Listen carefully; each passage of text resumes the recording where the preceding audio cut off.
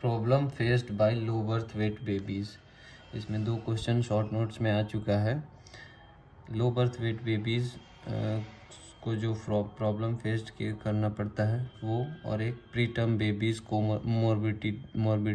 Morbidities के बारे में पूछा जा चुका है।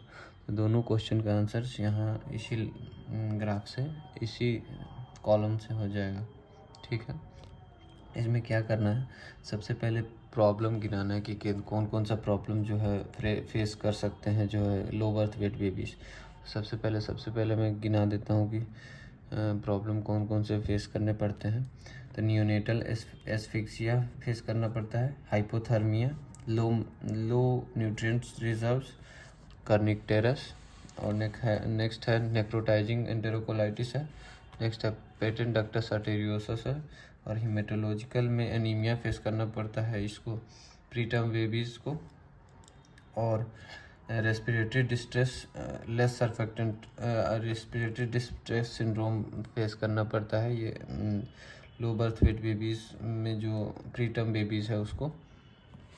और नेक्स्ट है, इसको सबसे पहले देखेंगे कि जैसे हमारा ये प्रीटर्म बेबीज़ है और IUGR बेबीज़ है, मतलब intra uterine growth restriction babies है। इन दोनों में जो है नियोनेटल एस्फेक्सिया होता है, रिस्क होता है, इंक्रीज रिस्क होता है, और हाइपोथर्मिया का भी दोनों में रिस्क बढ़ा रहता है, और लो न्यूट्रिएंट रिजर्व्स दोनों में होता है, हाइपोग्लाइसीमिया का चांसेस है। और कर्निकटेरस होगा तो ब्रेन डैमेज, ये जो है ये प्रीटर्म बेबीज़ में होता है। क्यों? क्योंकि इसका ब्लड ब्रेन बैरियर जो होता है परमिएबल ज़्यादा होता है प्रीटर्म बेबीज़ में, जिसकी वजह से ज़्यादा जाने अनकंजुगेटेड बिलिरुबिन ब्रेन में जाने का ज़्यादा चांसेस है। बेसल गैंग्लिया वगैरह में डिपॉजिट हो जाता है, कर्निकटेरस प्रेजेंट करता है, जो कि IUGR बेबीज़ में नहीं देखने को मिलता है। नेक्रोटाइजिंग एंटेरोकोलाइटिस और ये भी बढ़ा हुआ रिस्क रहता है ये प्रीटर्म बेबीज़ में। पेटेंट डक्टस आर्टेरियोसस भी इंक्रीज रिस्क रहता है कि प्रीटर्म बेबीज़ में बढ़ा रहे।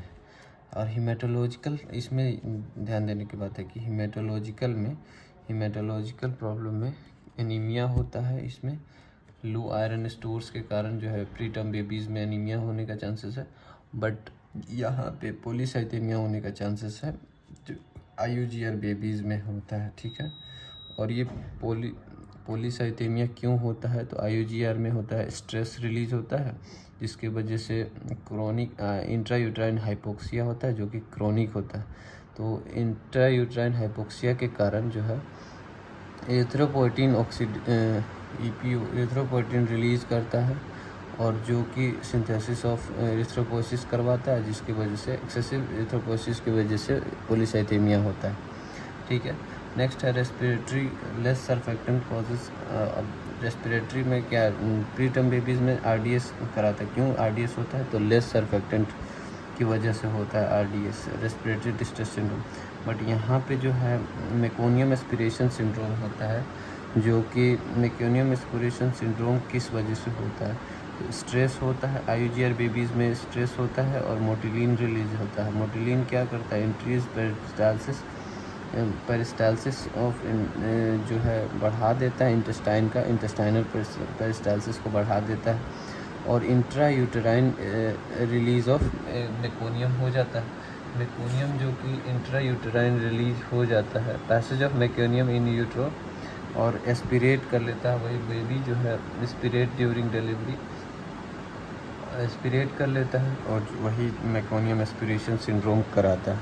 और एडिशनल कोमोर्बिडिटीज़ है प्रीटर्म बेबीज़ में, जो कि प्रीटर्म बेबीज़ में यानी प्रीटर्म या प्रीमेच्योर बेबीज़ में जो एडिशनल मॉर्बिडिटीज़ है उसको लिखना है कि इंट्रावेंट्रिकुलर हिमरेज, जो कि less than 34 weeks of gestation, अगर gestation age less than 34 weeks पे डिलीवरी हो गया तो उसको इंट्रावेंट्रिकुलर हिमरेज होने का चांसेस ज़्यादा है।